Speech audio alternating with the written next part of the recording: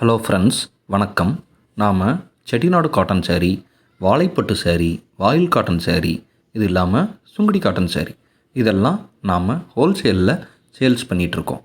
ஒரு சாரியிலேருந்தே நாம் ஹோல்சேல் ப்ரைஸ்லையே எடுத்துக்கலாம்.